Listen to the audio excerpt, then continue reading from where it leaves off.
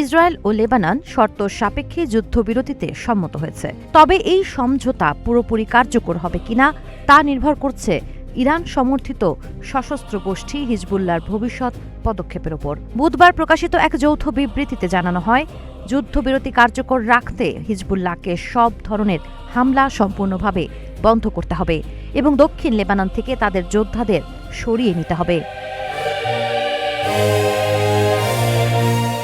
যুদ্ধবিরতির ঘোষণা এলেও সীমান্ত পরিস্থিতি এখনও পুরোপুরি শান্ত নয়। সমঝোতার দিনও দুই পক্ষের মধ্যে পাল্টাপাল্টি হামলার ঘটনা ঘটেছে।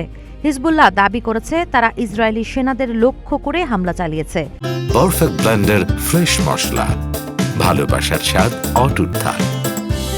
অন্যদিকে দক্ষিণ লেবাননে ইসরায়েলি বিমান হামলায় অন্তত 9 জন নিহত হওয়ার খবর পাওয়া গেছে। বিশ্লেষকদের মতে যুদ্ধবিরতির এই উদ্যোগ মধ্যপ্রাচ্যে চলমান উত্তেজনা কমানোর একটি গুরুত্বপূর্ণ পদক্ষেপ হতে পারে। তবে উভয় পক্ষের মধ্যে দীর্ঘদিনের অবিশ্বাস এবং সীমান্তে চলমান সামরিক তৎপরতা এই সমঝোতার স্থায়িত্ব নিয়ে প্রশ্ন তৈরি করেছে। The two sides agreed, with the guidance of the United States, to swiftly advance the creation of pilot zones.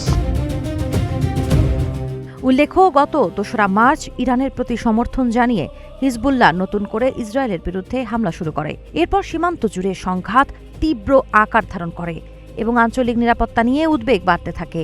এই প্রেক্ষাপটে ওয়াশিংটনে অনুষ্ঠিত বৈঠকটি ছিল লেবানন আর ইসরায়েলের প্রতিনিধিদের মধ্যে 4র্থ দফার সরাসরি আলোচনা।